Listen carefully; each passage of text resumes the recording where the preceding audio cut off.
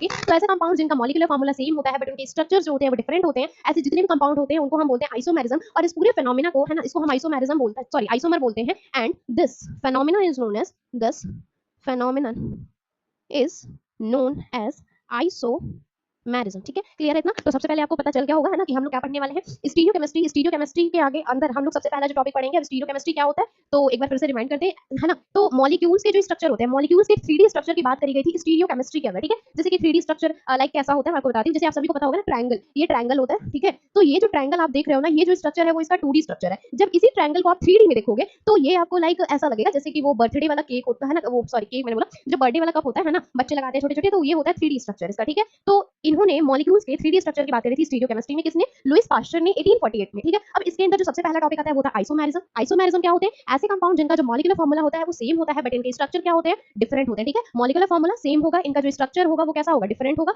और इसको ही हम क्या कहते हैं? आइसोमर कहते हैं। इस फेनोमेना को हम क्या बोलते हैं? आइसोमेरिज्म बोलते हैं। ठीक है, तो अब सबसे पहले बात करते हैं स्टीरियोकेमिस्ट्री, तो लुइस पास्चर ने दिया था, लेकिन अगर हम बात करते हैं आइसोमेरिज्म, ये कॉन्सेप्ट किसने इंट्रोड्यूस किया था? तो एक साइंटिस्ट थे जिनका नाम था बर्जीलियस। ठीक है, बर्जीलियस नाम के एक साइंटिस्ट थे जिन्होंने आइसोमेरिज्म का कॉन्सेप्ट लोगों के सामने लाया। ठीक है, अब आगे हम बात करते हैं इनके टाइप्स पे, क्योंकि मेनली जो इंपॉर्टेंट होता है वो क्या होता है? इनका टाइप्स ही होता है ना। चलिए, टाइप्स ऑफ आइसोमेर की अगर हम बात करते हैं, टाइप्स ऑफ आइसोमेरिज्म, आप सभी को अच्छे से पता होगा कि ये दो तरीके के होते हैं बेटा। ठीक है, दो तरीके के कौन कौन से होते हैं है ना। एक आपका सीधे आप सिस और ट्रांस है ना, या फिर ज्योमेट्रिकल ऑप्टिकल पे मत पहुंच जाना है ना। आइसोमेरिज्म दो तरीके के होते हैं, एक होता है कन्फर्मेशनल है ना। कन्फर्मेशनल की अगर हम बात करें तो उसको भी छोड़ दो, मेनली हम सबसे पहले देखते हैं तो आप यहाँ से देखो जहां से आपकी किताबों में दिया हुआ है। ठीक है, तो बुक्स की अगर हम बात करें तो आइसोमेरिज्म दो तरीके के होते हैं। पहला होता है structural isomerism, structural isomerism. Second one is stereo isomerism, stereo isomerism. ठीक है, एंड आपको मैं एक चीज और बता दूं, आपको मेनली जो यहाँ पे पढ़ना है ना, जो आपके बीएससी में है वो है यहाँ पे स्टीरियो आइसोमेरिज्म। ठीक है, तो आपको मेनली जो फोकस रखना है और जो पढ़ना है वो है स्टीरियो आइसोमेरिज्म।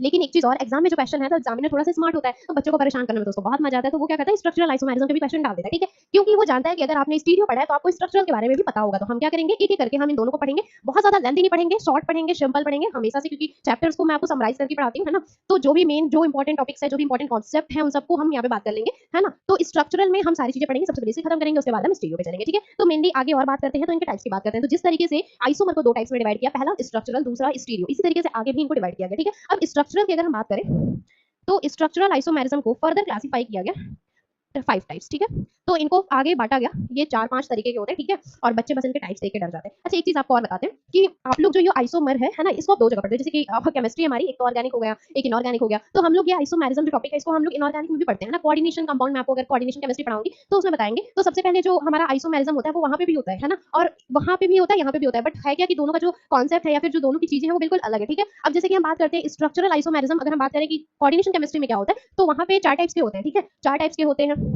कौन कौन से होते हैं आप इसको कोहली से याद रख सकते हो। ठीक है, यहाँ पे बस करना क्या है कि के हटा के आपको यहाँ पे सी लिख लेना है। ठीक है, तो मान लो कि कोहली की स्पेलिंग ये है, तो अगर हम बात करते हैं कि इनऑर्गेनिक में कौन कौन से 4 तरीके के स्ट्रक्चरल होते हैं, तो सीओ से आपको एक पता होना चाहिए, कोऑर्डिनेशन है ना। एच से hydrate isomer, L for linkage isomer, and I for ionization isomer. तो ये 4 तरीके के आइसोमर हम लोग पहले पढ़ते हैं है ना, इनऑर्गेनिक में, कोऑर्डिनेशन केमिस्ट्री में। बट यहाँ पे हम जो पढ़ेंगे वो इससे बिल्कुल ही अलग होगा। ठीक है, अलग होगा तो होगा क्या, चलो एक बार देखते हैं। ठीक है, तो सबसे पहले हम जो पढ़ते हैं, यानी कि जो पहला टाइप है आपका वो होगा चेन आइसोमर, चेन आइसोमर। ठीक है, दूसरा जो होगा वो होगा position isomer.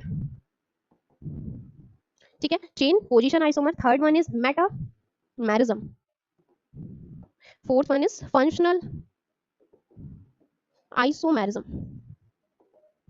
And last is ring chain isomerism. ठीक है, होता क्या क्या है सिंपल समझ लेंगे। ठीक है, तो टोटल 5 तरीके के होते हैं। पहला चेन होता है, दूसरा पोजीशन होता है, तीसरा मेटामेरिज्म, चौथा फंक्शनल होता है, और उसके बाद आपका आता है रिंग चेन आइसोमेरिज्म। ठीक है, और इन सब के बाद अगर हम बात करें, एक जो सबसे इंपॉर्टेंट होता है, कई जगह पे वो नहीं दिया होता है बट हाँ एग्जाम में जरूर आता है, and that is tautomerism, tautomerism. ठीक है, तो ये 5-6 टाइप्स के आइसोमर हैं जो आपको स्ट्रक्चरल में पढ़ने हैं। ठीक है, तो स्ट्रक्चरल वाले तो ठीक है, इतने हैं भाई। अब हम बात करते हैं स्टीरियो। स्टीरियो में हमें क्या पढ़ना होता है, तो स्टीरियो आइसोमेरिज्म आपके दो तरीके के होते हैं। ठीक है, स्टीरियो आइसोमर आपके दो तरीके के होते हैं। पहला कॉन्फिगरेशनल आइसोमर, दूसरा होता है कन्फर्मेशनल आइसोमर्स। ठीक है, अब ये क्या होते हैं, दो तरीके के स्टीरियो होते हैं, एक होता है कॉन्फिगरेशनल, एक होता है कन्फर्मेशनल। यहाँ पे आपको जो पढ़ना है वो आपको पढ़ना है कॉन्फिगरेशनल आइसोमेरिज्म। ठीक है, ये आपको नहीं पढ़ना, अभी हम आपको ये पढ़ाएंगे। ठीक है, अब ये क्या होता है कॉन्फिगरेशनल की अगर हम बात करते हैं तो फर्दर इसको क्लासिफाई करते हैं दो तरीके से। ठीक है, अब बच्चों को जो पता होता है वो डायरेक्ट यहाँ से पता होता है, इसके ऊपर की कहानी मैक्सिमम लोग नहीं जानते। ठीक है, कॉन्फिगरेशनल आइसोमर को हम आगे क्लासिफाई करते हैं। पहला जो होता है वो होता है ज्योमेट्रिकल आइसोमेरिज्म है ना, geometrical isomerism and second one is optical isomerism. ठीक है, हाँ अब आपको लग रहा होगा कि हाँ हम आइसोमेरिज्म ही पढ़ रहे हैं, क्योंकि मोस्ट ऑफ द स्टूडेंट ये ऊपर की चीजें उनके दिमाग में नहीं होता, या फिर ऐसा कहो कि उन्हें नहीं पता होता, तो उन्हें डायरेक्ट पता होता है कि हाँ बात आइसोमेरिज्म की हो रही है, तो एक होता है ज्योमेट्रिकल और दूसरा होता है ऑप्टिकल, लेकिन इसके ऊपर भी इसे फर्दर क्लासिफाई किया जाता है। ठीक है, अब ज्योमेट्रिकल की अगर हम बात करते हैं तो ज्योमेट्रिकल को आगे फिर से डिवाइड किया गया। ठीक है, ज्योमेट्रिकल को फिर दो भागों में बांट दिया गया। पहला ज्योमेट्रिकल आइसोमेरिज्म को नाम दिया गया था cis trans isomer, cis trans isomer, and second one is E Z configuration. ठीक है, तो ईजेड कॉन्फिगरेशन सिस ट्रांस हमें पढ़ना है, इधर ऑप्टिकल आइसोमेरिज्म पढ़ना। ऑप्टिकल आइसोमेरिज्म के अगर हम टाइप्स की बात करें तो इनको फिर से इन्हें भी आगे दो तरीके से डिवाइड किया गया था। पहला जो था वो था इनैंशियोमर, पहला इनैंशियोमर था, और दूसरा जो था वो था डाई स्टीरियोमर्स। ठीक है, तो सब मिला के ये अभी तक मैंने आपको बताया सिर्फ कि आपको पढ़ना क्या क्या। ठीक है, तो इस पूरे चैप्टर में स्टीरियो केमिस्ट्री में आपको ये सारी चीजें करनी है। इनके अलावा आप ये मान लो कि मैंने आपको एक ऐसे बड़ा बड़ा सा जो टॉपिक होता है ना वो बताया, इनके अंदर भी सब टॉपिक होता है, ऐसे डरा नहीं रहे आपको, छोटे छोटे टॉपिक्स होते हैं, मजा बहुत आता है। ठीक है, तो अभी देखो दूसरा स्टीरियो हो गया, तो सबसे पहले हम स्ट्रक्चर को खत्म करेंगे।